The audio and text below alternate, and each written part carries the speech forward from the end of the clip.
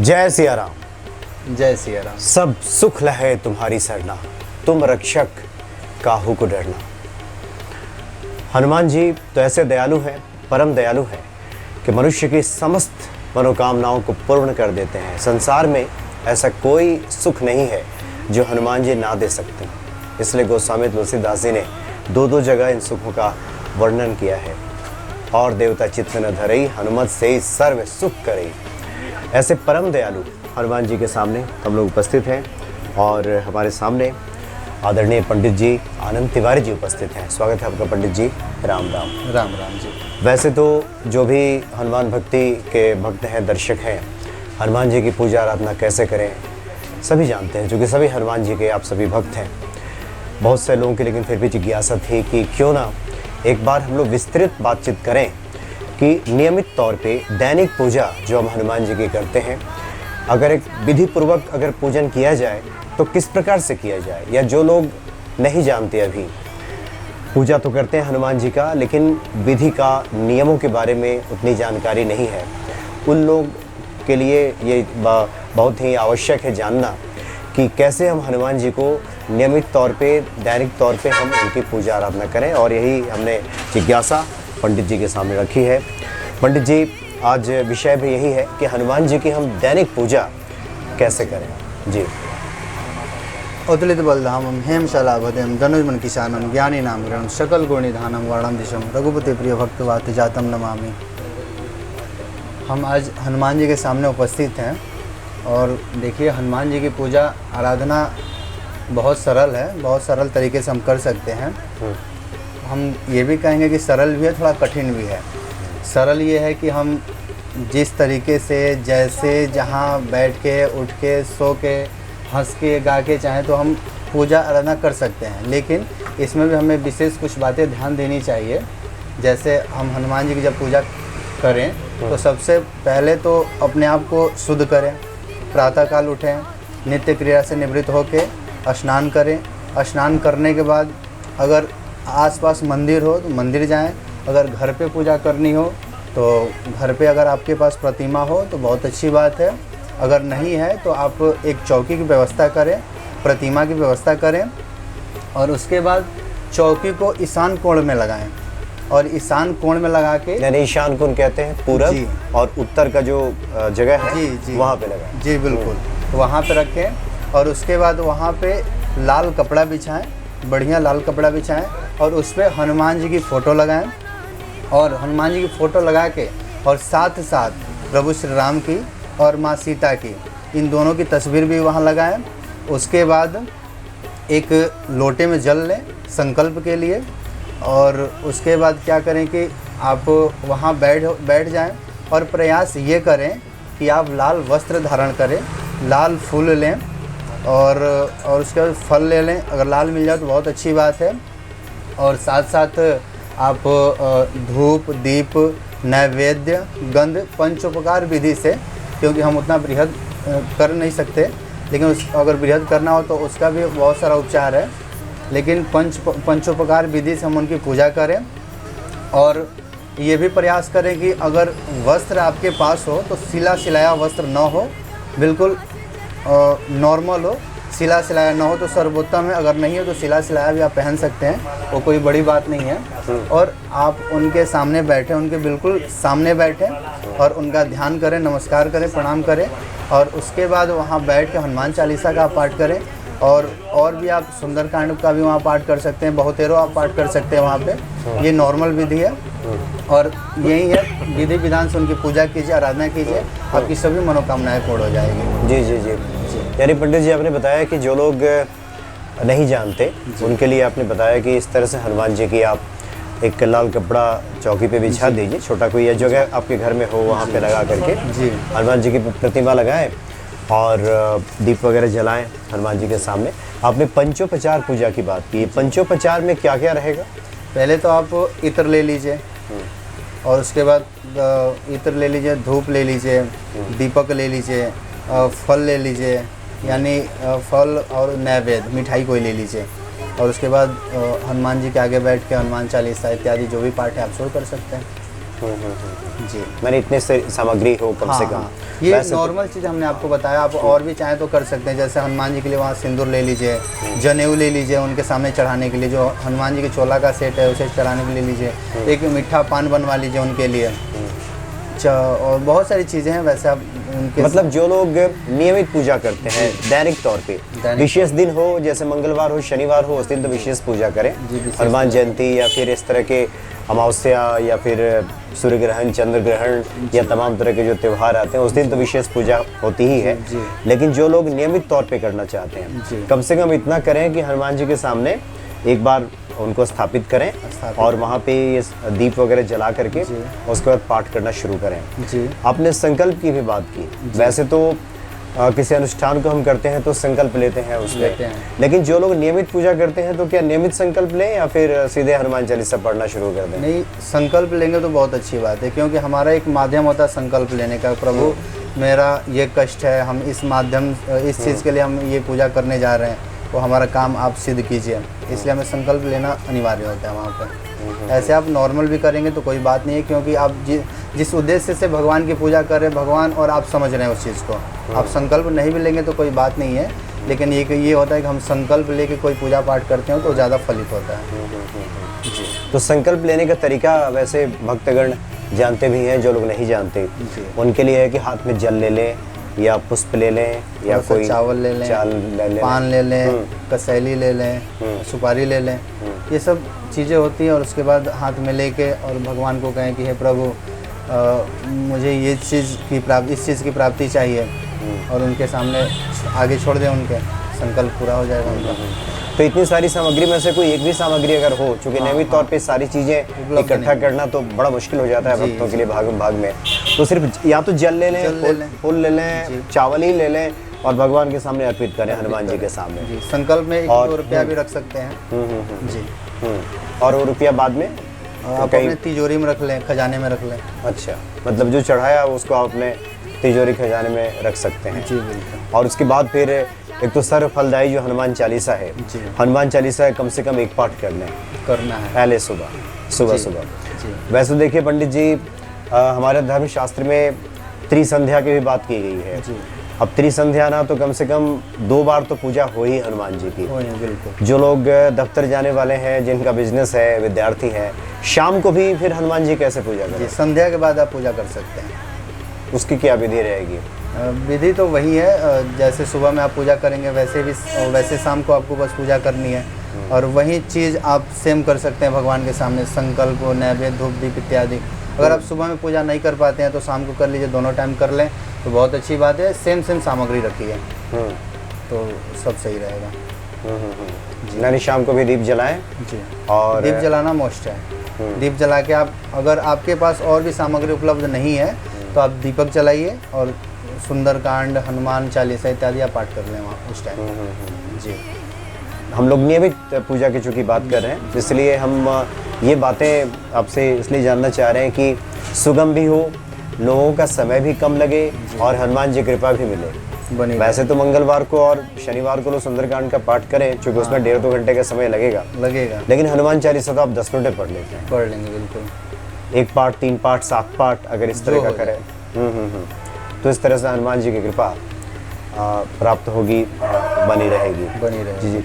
अच्छा पंडित जी, कुछ लोग अगर विशेष प्रयोजन से, उद्देश्य से अगर पूजा करते हैं, इससे पहले भी जो मेरी बातें हुई थी तो आपने तो बताया था कि कुछ तो आपका भी अपना अनुभव है जीवन का, कि आपने हनुमान जी की आराधना की थी और बहुत सारे संकटों का निवारण हुआ था। कुछ विशेष उपाय बताना चाहेंगे जो लोग स्वदेश से कुछ पूजा करना चाहते हो?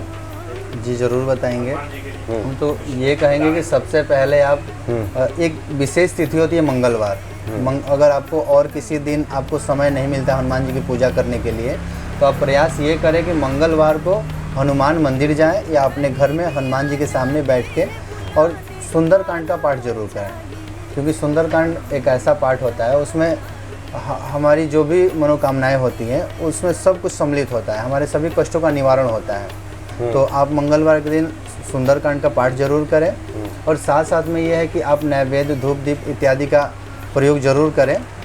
और उसके साथ ये है कि आप जो कुछ उपाय के लिए पूछ रहे थे, तो मैं ये कहूँगा कि अगर हनुमान जी को आपको तुरंत प्रसन्न करना है तो मंगलवार को आप एक काम करिए कि शाम के समय में हनुमान जी के पास जाइए, उनके सामने जाइए और केवड़े का एक इत्र आता है, केवड़े का इत्र आता है, उसको लेकर हनुमान जी को अर्पण कीजिए, उनके शरीर पर लगाइए और उसके बाद क्या करिए कि गुलाब की माला पहनाइए उनको, गुलाब की माला पहनाइए और स्वयं लाल वस्त्र धारण करिए। हनुमान जी को प्रसन्न करने का सबसे आसान सा ये उपाय है। केवड़े का इत्र लगाइए उनको और उसके बाद गुलाब की एक माला पहना दीजिए और उसके बाद आप एक सुंदर कांड कर लीजिए, उससे हनुमान जी तुरंत प्रसन्न हो जाएंगे। यानी केवड़े का जो इत्र आता है वो हनुमान जी के अगर ऊपर आप अर्पित करते हैं। जी। अगर घर में आपने फोटो रखा है तो सामने रख दें, सामने रख दें उस इत्र को। जी बिल्कुल। और उसके बाद गुलाब की माला पहना दें और हनुमान जी उसमें सुंदरकांड का पाठ कीजिए। जी बिल्कुल। अगर किसी को पैसे की दिक्कत भी हो रही है तो आप मंगलवार को शाम के समय घी में सिंदूर डाल के अगर हनुमान जी के शरीर में लगाते हैं तो जो पैसे से संबंधित किसी को दिक्कत आ रही है वो पैसा आसानी से आपको मिल जाएगा। जी। मंगलवार को रात के समय, रात के समय। अच्छा, चोला चढ़ाना जिसे कहते हैं। जी, चोला चढ़ाना जिसे कहते हैं। मतलब रात में भी चोला चढ़ा सकते हैं। चढ़ा सकते हैं। विशेष परिस्थिति में विशेष मनोकामना की पूर्ति करनी हो तो मतलब रात में लगाइए। शाम के समय में 9 बजे के पहले आप लगा सकते हैं। उनको चोला चढ़ाइए हनुमान जी को। जी बिल्कुल।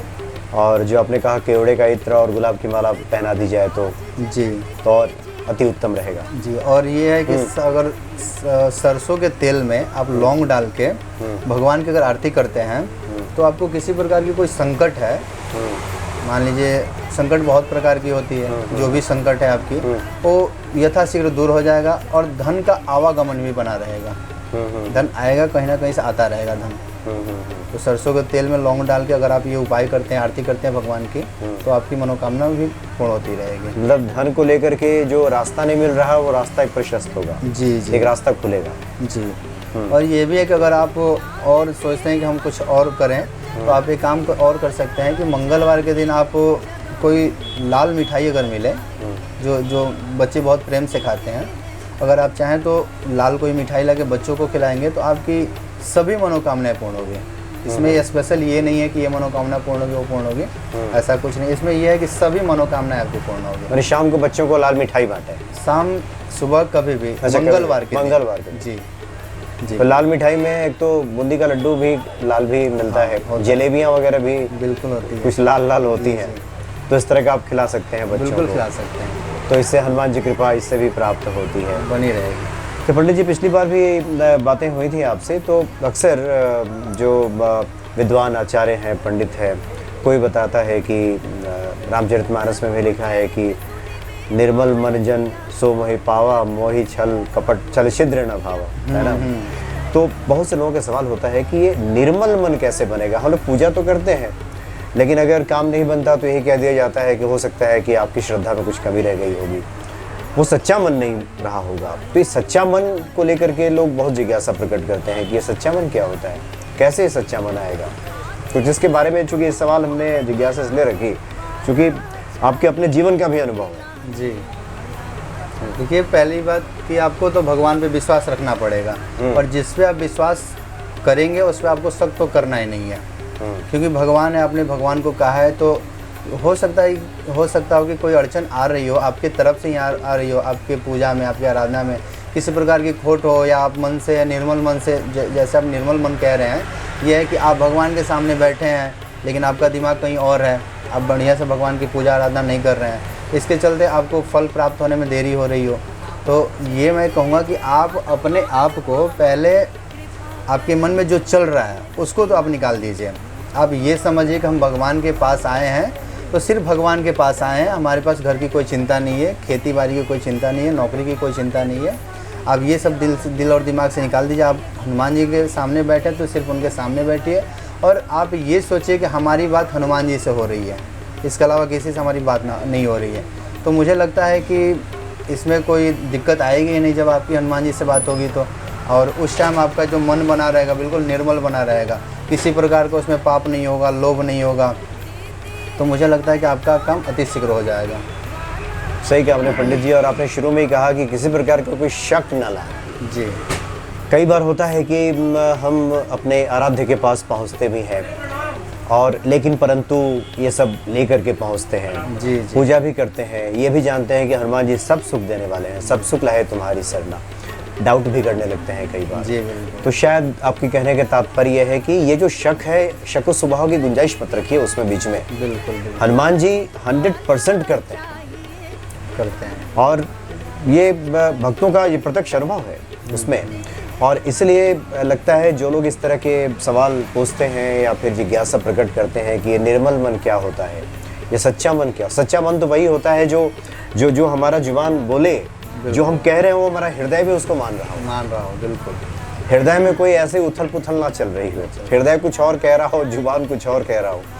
और हनुमान चालीसा में लिखा भी है, मन क्रम वचन ध्यान जो लाए। मन से, कर्म से, वचन से और ध्यान से, ये चारों का जब एका होता है, अलाइनमेंट होता है, तो मुझे लगता है निर्मल मन बनता है। और पंडित जी से हमने ये जिज्ञासा इसलिए प्रकट की रखा क्योंकि पंडित जी सिर्फ पूजा पाठ ही नहीं करते, हर व्यक्ति के जीवन की अपनी चुनौतियाँ होती हैं, संघर्ष होते हैं, और आप भी उस संघर्ष से गुजरे भी हैं। और आपने पिछली बार बताया भी था कि किस प्रकार से फिर कृपा आप पे भी हुई, हनुमान जी ने कृपा की। और मेरा भी प्रत्यक्ष अनुभव है, हनुमान जी निश्चित तौर पे कृपा करते हैं, और तभी तो हम हर जगह जाते हैं। तो मेरा तो ये मूल मंत्र है, मैं पहला यही लाइन कहता हूँ, सब सुख लहे तुम्हारी सरना, तुम रक्षक काहू को डरना। तो पंडित जी ये तो बहुत अच्छी और महत्वपूर्ण जानकारी आपने दी है कि अच्छा, कुछ और जिज्ञासा रहती है कि क्या ये सारी साधनाएं अगर हम रात के वक्त करें तो इसका फलाफल ज़्यादा बढ़ता है क्या? देखिए, सभी पूजा पाठ का अपना समय होता है। कुछ पूजा आप सुबह में भी कर सकते हैं, कुछ पूजा ये होता है कि स्पेशली रात में ही किया जाता है, तो सबका मत अलग अलग है। और जो पाठ रात में किया जाता है वो ज़्यादा फलवान होता ही है, और जो पाठ सुबह का होता है वो सुबह में हम करते हैं तो ज़्यादा फलवान होता है। तो कहने का मतलब ये है कि हम अपने आधार से सोचें कि हमें जो भी फल लेना हो हम कब लें, सुबह में अपना पाठ करें या शाम को करें। तो ये अपना अपना मत है, जिसे जैसा मन करता है वो अपना वो करते रहता है। जी। वैसे जैसे दुर्गा सप्तमी में निशा पूजा की जो बात की जाती है अर्धरात्रि के वक्त, वो तो स्पेशल होता है, अर्धरात्रि में ही होगा। जी। तो उसका विशेष फलाफल। और वैसे भी देखिए, शायद लगता है कि साधना के लिए तो शांति और एकाग्रता चाहिए। जब संसार सोता है तो मुनि जागते हैं, साधक जगते हैं।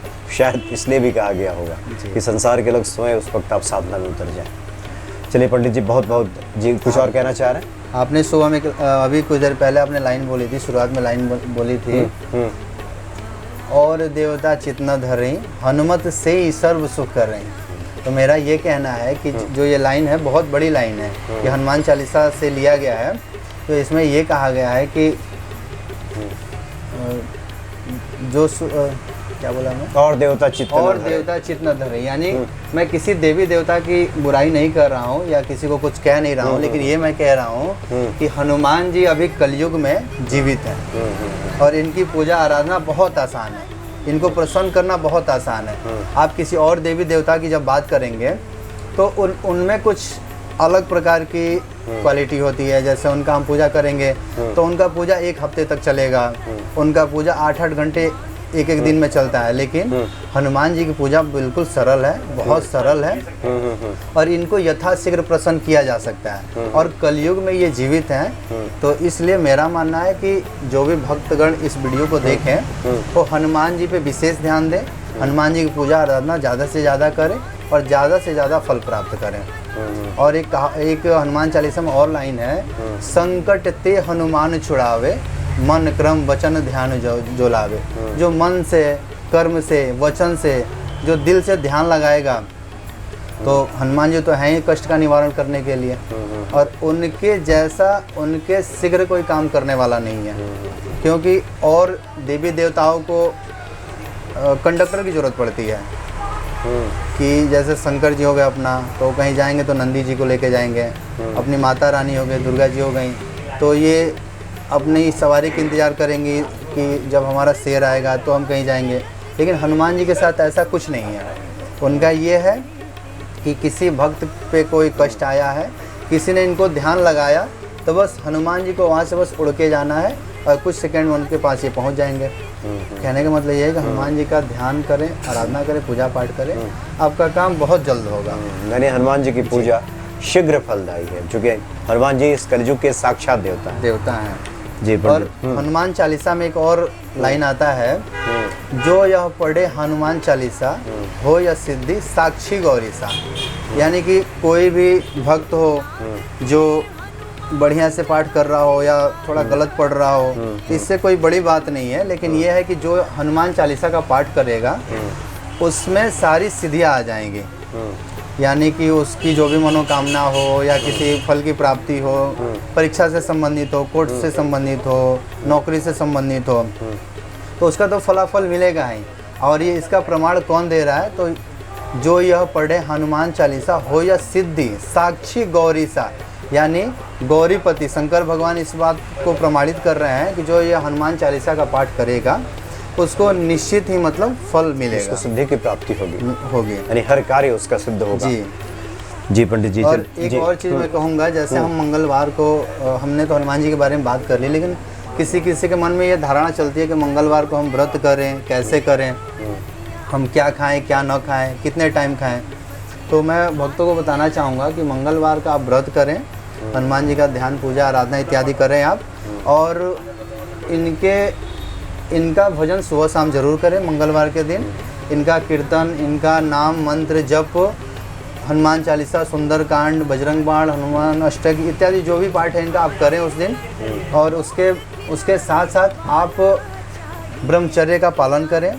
और जिस दिन आप मंगलवार को व्रत कर रहे हैं उस दिन आप रात के समय सिर्फ एक टाइम भोजन करें, और वो भी व्यंजन ऐसा करें जो बिल्कुल मीठा व्यंजन हो, उसमें नमक ना हो, कोई खट्टा चीज़ ना हो, और एक टाइम आप भोजन करें और उसके बाद मतलब हनुमान जी का नाम लेते रहें। तो मंगलवार का व्रत ऐसे करना चाहिए। जी जी, काफ़ी महत्वपूर्ण आपने जानकारी दी है।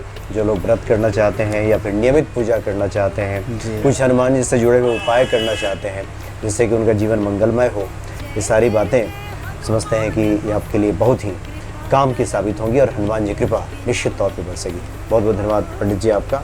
जी, जय सिया राम। जय सिया राम।